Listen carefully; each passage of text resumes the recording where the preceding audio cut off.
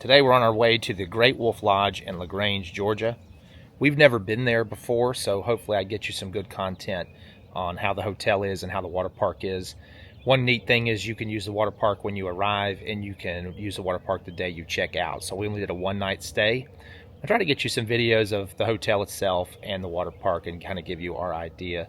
And we also have a reservation in the Barnwood restaurant there, so we just figured we'd just try it all rather than have to leave.